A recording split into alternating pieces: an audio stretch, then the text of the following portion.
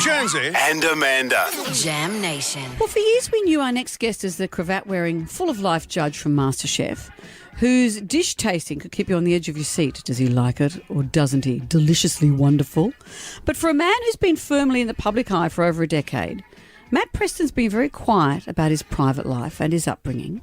He's written a memoir called Big Mouth, funnily enough. It's just been released and he spills all the tea on his life. Hello, Matt. Matthew. And there are lots of Jacaranda stories I'm going to unveil right now because I know, Jonesy, you love them so much. I do like them. I like them. You know, they're great. But Actually, Matt sent me a picture of our two sons clubbing together in Berlin. They met up in Europe during the year. They've got mutual friends at various universities, so they hung out together. And obviously well brought up because I've learned to send the photo they took at the beginning of the evening, not the one at 6 a.m. when they were leaving the club. I barely recognised my son. He had a jumper around his shoulders. I've never seen him do that in his life. He looked very debonair. I know.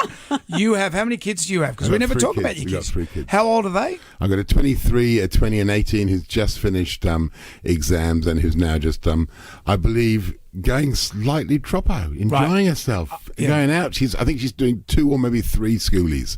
This is her theory. Oh, that's the dream. We're living vicariously through our children. Well, that's good. But your life hasn't been an easy one. Your upbringing, there were some tough stories you've told. Well, look, you see, I think when I write down all the bullet points, adoption, death of brother, lots of family stuff going on, it sounds like it's going to be but actually I come up the end and I go, well, I reckon actually I've been really lucky, you know.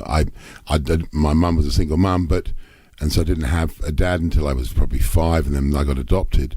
But I didn't have a dad-sized hole in my life. And I look at those friends whose fathers died when they were 9 or 15, and they really, really struggled with that because there's a dad-sized hole that they know there's a sense of loss. So I think that was the hard thing about writing the book was you sort of write all the things down, and then you have to go down and interrogate what you said and say, is that true? You know, I could have written a chapter on how terrible it was growing up as a kid without a dad, having no one to kick the footy to, but that's not true because I had lots of other really strong role models in life. I had lots of friends, so I didn't miss it. The brother, my brother died when he was 22 of a thing called SUDEP, which is sudden unexplained death and epilepsy. That's the much harder thing because that's the thing. But these are universal stories. I mean, I think what's interesting about writing this book is that I've realised that so many friends have said, bizarre stuff like, you probably know, but my mum was adopted, or my brother died, or my sister died, or this happened. So we just tend to kind of keep these things hidden away, whether it's fear of failure or humiliation.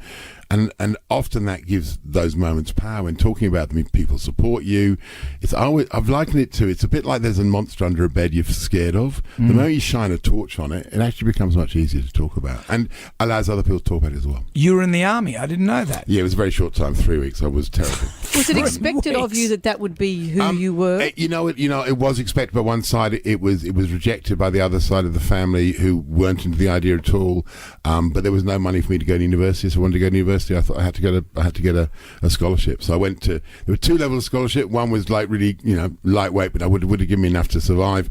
The other one, I stupidly got the big one, which required me to go to the English equivalent of Duntroon and do an 11-week course in 3 weeks, and it was terrible, marching and polishing shoes, and it was absolutely, if you do those things you're totally not cut out for. That was one of those moments. Right. But you did the work and you got the scholarship.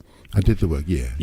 But didn't do the army stuff. No, but you did the stint that was required. I did. I got the money, and then I bailed the scholarship from after 1 year. And thanks to my grandmother lent me the money, which then I paid back so I could pay off that money because I would rather live off $100 a year than do something that required me to march around in uniform. Well, they kind of frown on the cravat in the army as well. Oh well, yes, but the Navy, of course. Of course, the Navy. They like a sharp dressed man. The Navy. Although actually the cravat starts because it's what Croatian mercenaries used to wear to identify each other on the battlefield. Really? All the Croatian mercenaries would wear, fighting one side, would wear red scarves, so you didn't attack one of your own mates from Croatia. So when you got into MasterChef all those years ago, you were a writer. You were like a food critic. Yeah. And then they said, to you, right, we want you to be on MasterChef, and then 11 series actually, later. they didn't. They rang me up and said, who should we put on MasterChef? And I talked with the woman who's now my manager who was casting it, and she was like, tell me about these chefs and this chef and that, because they only were looking for 2 chefs for MasterChef. The judging panel was going to be a female host and 2 chefs. That was the idea. And in the process of talking to this person about, after the first hour of talking about other chefs they should audition besides the one they'd already had, they went, send us a picture. So I sent a picture of me looking dishevelled, looking disapprovingly at salad with a cravat on. And the story goes that with no CV, with nothing, just on the basis of that look, that one picture was sent from, up the chain of command to the very top, and the line came back, if this can string a sentence together, we'll give him another role. So suddenly went from went from 2 judges to 3, and the third one being me, I like to say the mongoose between the 2 copperas. But you're not really a salad dodger, are you? Tell me you like a salad. No, I love salad. Good. Last night I had salad and seared tuna. I was trying to impress my wife. What was the tuna to salad ratio, though? I would say there would have been more protein in there. No, it was very finely. I felt very restrained. She had a huge bowl of pasta, and I'm like, I'm really jealous. Yeah. But, it's going to do that. Yeah. Good on you. Well, Matt, it's always great to talk to you. You're a larger-than-life character, but you're such a softie. Yep. You have a very beautiful soul. Thank you. Well done on telling your story. And if anything, with your time in the Army, you could be on SAS Australia. Well, because I've done some of the things they do on SAS Australia. There you go. Can I tell you, Jonesy, no, you don't want to do that. No. You never want to be thrown into an enclosed room with tear gas, because why would you? As if you didn't know that was a stupid idea in the first place. Why would you? I'd like to go on this show and have me thrown into with tear gas. No, why? The only reason you go on that show is if you disgrace yourself. So it could happen to any Keep it of up us. your sleeve, man. All 3 of us could be.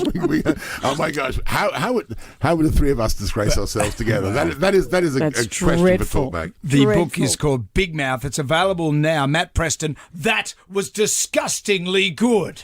Oh my gosh! Look at that. That's a meme, I know. I've seen it. Thank you, mate.